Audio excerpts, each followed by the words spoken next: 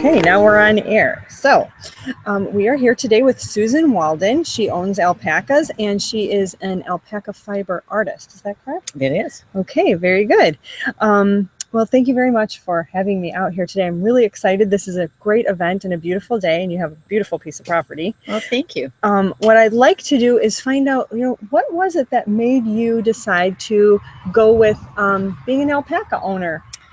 Well, we'd started out, we were remarried late. We were both widowed, and we started out looking for something that we could do together. We went to Florida. We bought a condo to fix up, and after it was fixed up, we kind of didn't know what we were going to do, and that wasn't very exciting. So we came back home, and one of Ron's daughters had been interested in alpacas, and we went to an alpaca show and met people our age that were doing this, and we thought, well, we can do that.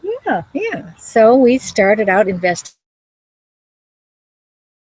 in property to do the alpacas. Very nice. And it's beautiful, beautiful property. How many acres do you have? We have 5 acres here, and we now have 21 alpacas. We were up to 44, and that was kind of squished a little bit. Oh, okay. But back down to 21. So in your barn, do you have like a number of stalls and they live in there? The alpacas are really happier just being loose. They don't need a specific place. They do need to be together. They're herd animals. Oh, okay. You can't have just one alpaca. You need to have 2. Oh, okay. Very good. Do you name them? We do. We're not real livestock people. We really have 21 pets. Oh, okay. We are breeders, so we sell alpacas, which is always difficult. You said breed stock, or I forget. Right. We do have pet quality animals, which just like in dogs, there's certain conformation.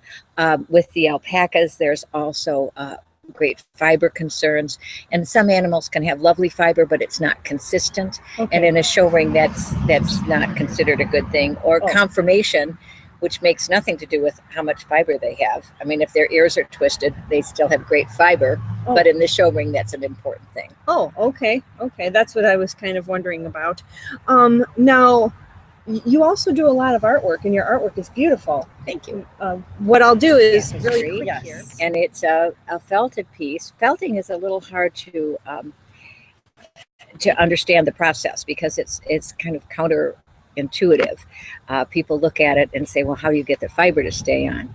The fiber has very small microscopic barbs on it, even though it's soft and smooth. And when it's either needled down with a pointed needle onto a base fabric, or it's massaged in with hot soapy water, and that way it joins the background fabric. And so when I'm doing a tapestry, or actually the clothing too, it's basically like doing a pastel piece where I would pick up a piece of chalk and apply it. Instead, I pick up a piece of fiber and I dye all my own fiber.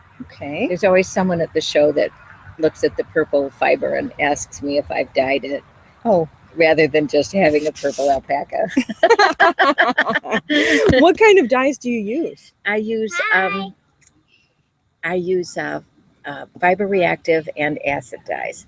The acid are the easiest and probably the best product, and the acid is vinegar, so they're very easy to use. Yeah, the other lady who says she keeps some of her alpacas here, she said she does the same thing with her yarn. She uses the dyes. So is there anything else that we would want to know about alpacas are very easy to have. You do need to have the proper zoning, and that's difficult. I think it would be lovely now they're having chickens in town. I think there would be no reason you couldn't just your yard and have alpacas, because they're very quiet. They just make a little humming sound. They're gentle. They don't ruin the ground like sheep or horses do. So you could keep your yard. You would probably have to be careful of certain ornamental plants because they would eat those too. But they're just easy to have, and they're nice. They're peaceful. They're very serene animals. Yeah, and they're very pretty too. And if someone wanted to buy an alpaca, like, what is the price range of an alpaca? But I guess you'd have to buy 2. You'd have to buy 2. Any reputable breeder would not sell you one. And we do have a few pet quality that are $500, Okay. and then some for $1,000, and some for $2,000, and then the champion breeding. And what about your artwork? Where could we find your artwork or your clothing if we wanted to purchase that? I do shows. I'm in some galleries and stores, but nothing local. Oh, okay.